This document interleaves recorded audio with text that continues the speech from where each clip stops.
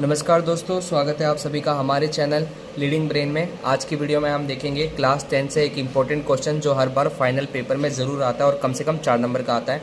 तो ये क्लास 10 का क्वेश्चन है जो है चैप्टर 14 से, और पेपर में हर बार ये क्वेश्चन आपको देखने का मिल जाता है। क्वेश्चन नहीं, लेकिन इस फॉर्मूले से रिलेटेड क्वेश्चन ज़रूर आते हैं। तो यहाँ पर आपसे पूछा गया माध्य ज्ञात करें, और यहाँ पर आपको एक टेबल बना के दे दी गई है। इस टेबल के अंदर एक जो टेबल है वो है पौधों की संख्या, और एक जो दूसरी टेबल है वो है घरों की संख्या। पौधों की संख्या ऐसे बना रखी है 0 से 2, 2 से 4, 4 से 6 ऐसे चलता जा रहा है, और घरों की संख्या है 1, 2, 1, 5, 6, 2, 3। तो पेपर में आपको ये ऐसा बनाया जाएगा और लिखा आएगा माध्य ज्ञात करें, फाइंड द मीन। तो इसे कैसे करते हैं, तो इसको हम सोल्व करेंगे। तो इसके लिए सोल्व करने से पहले मैंने वीडियो ज़्यादा लंबी ना बन जाए, इसको मैंने आधा कर दिया है। मतलब कि मैंने ऐसे टेबल्स बना लिए हैं जो भी आपको पेपर में बनानी होती है। यहाँ पर मैंने एक जगह पौधों की संख्या लिखा है, यहाँ पर मैंने घरों की संख्या लिखा है, यहाँ पर XI लिखा है, और यहाँ पर FI XI लिखा है। सब जानेंगे कि XI क्या होता है, FI XI क्या होता है, बस आपको वीडियो एकदम एंड तक देखनी है। अब दूसरी चीज़, ये जो सवाल में जो पेपर में आपको ये टेबल बनी आएगी, तो इसके साथ जो दूसरी टेबल होती है घरों की संख्या, उसी को हम FI कहते हैं। इस चीज़ का आपको ध्यान रखना है, तो इसी को हम FI कहेंगे, ठीक है। तो पेपर में आपको ऐसे टेबल बनाना है जहाँ पर आपको पौधों की संख्या लिखना है, जहाँ पर आपको घरों की संख्या लिखना है।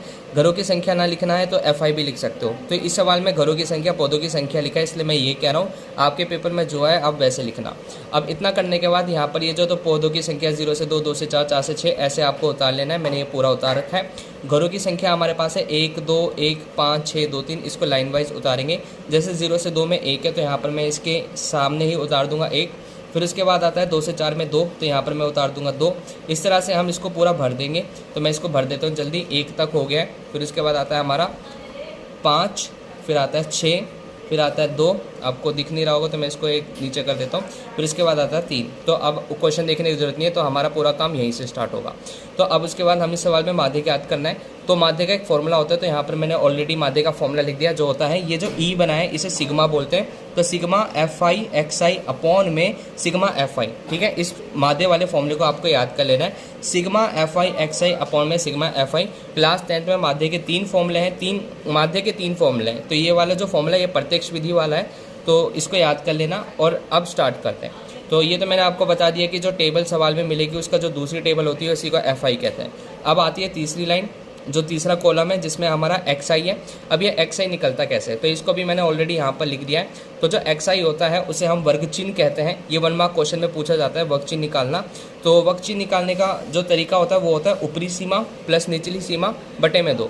अब आप ये सोच रहे हो कि ये ऊपरी सीमा प्लस निचली सीमा बटे में 2, ये तो फॉर्मूला हो गया, लेकिन ये ऊपरी सीमा और निचली सीमा होता क्या है, तो मैं आपको यहाँ दिखा देता हूँ। ये लाइन में जो आगे आगे लिखा हुआ है इसी को कहते हैं ऊपरी सीमा, और जो पीछे लिखा है उसे कहते हैं निचली सीमा।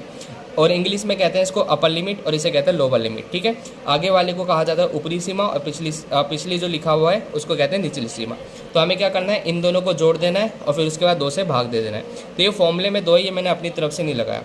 तो 0 में 2 जोड़ेंगे तो कितना आएगा 2, और 2 को 2 से भाग देंगे तो कितना आएगा 1। तो यहाँ पर हमें 1 लिख लेना है, ठीक है। इसी तरह से 2 में 4 जोड़ेंगे तो कितना आएगा 6, और 6 को 2 से भाग देंगे तो कितना आएगा 3। इसी तरह से 4 में 6 जोड़ेंगे तो कितना आएगा 10, और 10 को 2 से भाग देंगे तो कितना आएगा 5। इसी तरह से आपको करते जाना है। अगर आपको दिक्कत हो रही है तो कोई नहीं, आप यहाँ पर देख सकते हैं कैसे चल रहा है। 1, 2 मतलब 2 छोड़ देना है, फिर 3 लिखना है, 4 छोड़ देना है, फिर 5 लिखना है, फिर 6 छोड़ देना है, फिर 7 लिखना है, फिर 8 छोड़ देना है, फिर आपको क्या लिखना है 9, फिर 10 छोड़ देना है, फिर आपको लिखना है 11, फिर उसी तरह से 12 छोड़ देना है, फिर आपको लिखना है 13। आप ऐसे भी कर सकते हो। अगर आपको लगे कि कई बार कहीं गलत तो नहीं करते, तो एक बीच में से कोई उठा लेना और चेक कर लेना कि सही है कि नहीं। जैसे कि मैं रैंडमली यहाँ पर चला जाता हूँ, ये 10 है और ये 12 है, तो 10 में 12 जोड़ेंगे तो कितना आएगा 10, 20, 2, 22, और 22 में 2 से भाग देंगे तो कितना आएगा 11। तो ये एकदम सही है। इस तरह से आप कर सकते हो, जिससे आपका टाइम पेपर में बच जाएगा।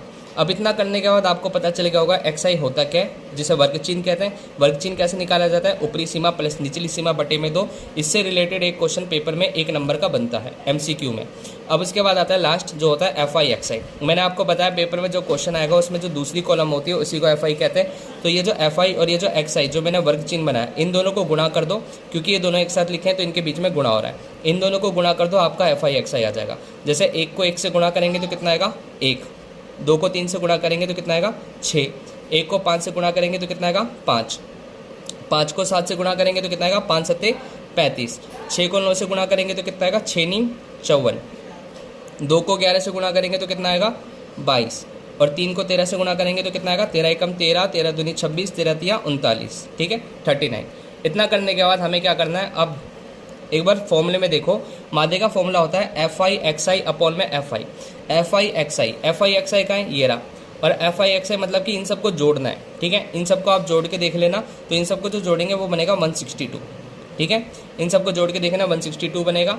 और ये जो एफ आई है, इस एफ आई को जोड़ लेना, क्योंकि फॉर्मूले में आपको एफ आई दिख रहा है, तो एफ आई को जोड़ेंगे तो कितना बनेगा 20, ठीक है। इसको भी जोड़ के देख लेना 20। अब लास्ट काम क्या करना है, हम इस फॉर्मूले में पुट कर देंगे। यहाँ पर लिखा है सिग्मा एफ आई एक्स आई, और एफ आई एक्स आई कितना आया था 162, यहाँ पर लिखूंगा 162। फिर एफ आई कितना आया था हमारा 20। तो ये तो हो गया हमारा आंसर। अगर आपके पेपर के जो पीछे सॉल्यूशन होते हैं या फिर टीचर कहे कि पॉइंट में निकालो, तो आप इसे भाग करके देख लेंगे। तो मैं आपको भाग करके दिखा देता हूँ। वैसे इसको आंसर आएगा 8.1, ठीक है, लेकिन एक बार भाग करके भी देख लेते हैं। 162 लिखा और यहाँ लिखा 20, तो 20 को 8 से मल्टीप्लाई करोगे तो पता है आपको कितना आएगा 160। फिर बचेगा कितना 2, फिर पॉइंट लगाएंगे तो यहाँ पर आ जाएगा 0, और 21 से कितना होता है 20। तो यहाँ पर इसका आंसर आ गया 8.1। तो इस तरह से आप कोई भी सवाल को माध्य के फॉर्मूला लगाकर उसे सोल्व कर सकते हो। बस आपको एक्स आई बनाना है, एफ आई एक्स आई बनाना है। एक्स आई का मतलब होता है वर्ग चिन्ह, ऊपरी सीमा प्लस निचली सीमा बटे में 2। माध्य का फॉर्मूला होता है sigma F I X I upon में एफ आई। फिर एफ आई एक्स आई और एक्स आई बनाइए, फिर उसके बाद इनको जोड़िए एफ आई एक्स आई को, फिर एफ आई को जोड़िए, फिर उसके बाद बटे में लिख के इसे भाग दे दीजिए। तो अगर आपको कोई भी परेशानी है तो आप मुझे कमेंट करके पूछ सकते हैं। वीडियो पसंद आए तो वीडियो को लाइक करना, चैनल को सब्सक्राइब करना।